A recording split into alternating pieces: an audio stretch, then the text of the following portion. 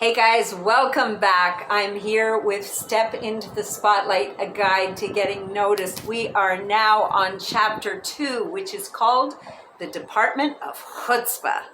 The Department of Chutzpah.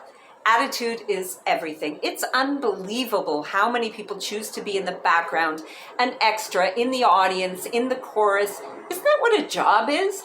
Didn't you become an entrepreneur to be a star? Nothing wrong with playing a supporting role, but really, let's get real. Which would you rather be, Batman or Robin? You know Robin's never going to get his own show, right? The art of attraction. Stars are different. They stand out. Most people have star potential, but they don't let themselves shine. Why? You know what? To be honest, it makes it easy for the rest of us. Easy pickings for the rest of us. The way to be a star nowadays is to be yourself. This is pretty rare because everyone's trying to fit in. Forget about it. Be authentic. We have to learn how to forget a bunch of stuff like dressing and speaking and acting and thinking the way we're supposed to be a professional. But most important, we have to learn how not to cut to the chase. Don't cut to the chase. Imagine you're walking down the street, man, your own beeswax, thinking about how you can get your own reality TV series when all of a sudden, out of the blue, somebody starts chasing you. What do? Well, you run. Of course you run, right? But they catch you. They catch you by the arm. Then what do? Well, you struggle and you run and you get away, right? Your natural instinct. You try to get away. Most entrepreneurs are chasers. Too many are chasers. They chase their potential clients with cold calls and emails. And what do their prospects do? They try to escape. Nobody likes to be caught. It's dopey because what works is exactly the opposite. Business is a seduction, remember? Can you imagine a theater troupe chasing people down the street in order to get you in their audience, right? When's the last time you got a cold call from Bruno Mars? Cold calls leave you cold? I'm not saying cold calls don't work. They do, but cold calling is chasing. Cold calls diminish the caller and they creep the hell out of the callee. They're an intrusion. They're uncomfortable and they are unnecessary. So how do you get them in the theater? Viva Las Vegas. True story. Absolutely true. I'd only been a lawyer for like 10 minutes and my new firm whisked us all to Las Vegas for a 4-day retreat. Now you know why legal fees are what they are. And I walk into a casino, first time in my life, and I see this woman in a beautiful, sparkly top. And I like sparkly things, so I said, hey lady, can I buy your beautiful, sparkly top? 4 days later, I'm standing on stage at Yuck Yucks in Toronto wearing, guess what? Beautiful, sparkly top. What's the point of the story? I was the buyer, and yet I'm the one who initiated the sale. What I was trying to buy wasn't even for sale, right? But I initiated the sale because I was attracted to it, convinced her to sell her top to me, and it was mine. Why? Because it sparkled. That's the way I try to conduct my business, right? I do my best to sparkle in public, and I let people come to me. I let them come ask if they can buy from me. Today, most products and services are bought, not sold. We don't have patience for the Willie Lomans or the used car salesmen of the world. This is what Harvey Mackay says about it. He says, marketing is not the art of selling. It's not the simple business of convincing someone to buy. It's the art of creating conditions by which the buyer convinces himself. That's Harvey Mackay in Swim with the Sharks. We'll decide what we want and when we want it and where we'll buy it. The most you can hope to do is to attract us, and it won't take us long to decide. In the blink of an eye, we decide, right? In his fascinating book, Blink, remember Malcolm Gladwell's book, Blink? He shares the results of studies that show how quickly and how accurately we form impressions. In one study, university students were shown 3 10-second clips of teachers in the classroom with the sound off. They were asked based on that little snippet of information to rate the teacher's effectiveness. Amazingly enough, their evaluations were remarkably similar to evaluations submitted by actual students who attended actual clients for the full semester. And the bizarre thing is that I decided to read Blink based on a 3-second encounter, right? I saw the book, I thought, oh, that looks interesting. I was waiting for a client in a bookstore and the book caught my eye. Of course, I wouldn't have seen it if somebody hadn't planted it face out. Authors always do that, go in, sneak your book face out. But the short name and the understated layout kind of attracted my attention, and it was enough to captivate me and pull me inside.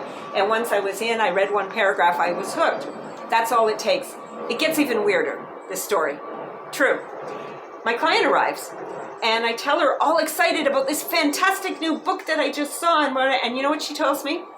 Tsufit, I told you about that book last week. Not only that, she claims to have given me an internet review of the book that I put in my file. So I sheepishly open her folder, I check, there's the review. She had told me about it. Made no impression on me, but I saw it and it attracted me. So I hadn't heard her. She tried to sell me on the book. I hadn't heard a word she said or even looked at what she handed me. I didn't have any memory of her mentioning it. Whatever she said, she didn't sell it well. It didn't attract me, but I ended up discovering the book myself. But don't just sit on the shelf. Now, I'm not suggesting that all you have to do is just sit there and attract like the book, because, it's not going to happen. We've all heard that story of Lana Turner. She's sitting at the soda fountain in Hollywood, and she gets discovered. We've heard Bruce Willis was discovered while tending bar in New York City. Doesn't usually work like that, let's be honest. Too many entrepreneurs are content to sit there on the shelf like a loaf of white bread and just wait to be picked. Doesn't happen. They don't give people any reason to pick them.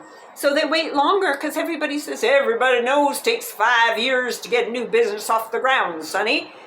No, it doesn't. Let me tell you, that bread doesn't get any sexier after 5 years of sitting on the shelf. You have to learn how to attract your audience. If you do, you'll never have to make another cold call again, ever. I don't. You had me at hello.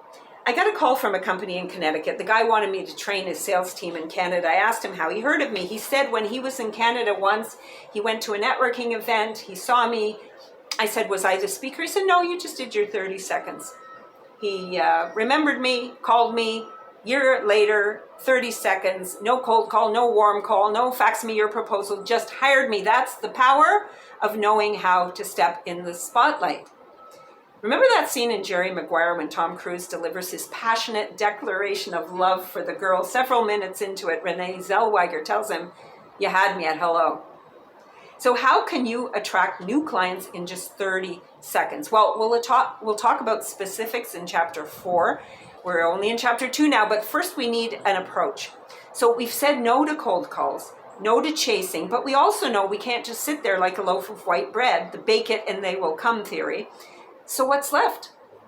At this point, some entrepreneurs might resort to putting on a big dog and pony show, some elaborate spectacle to get noticed. Maybe if you have too much money and, money to burn and no sense, maybe that works for you. But I would say get discovered. So futurist Faith Popcorn offers an interesting alternative. Faith Popcorn says, women don't like overly aggressive marketing. They don't like the overly aggressive marketing approach. And truth be told, I don't think men do either. She suggests market to her peripheral vision. Over here, right?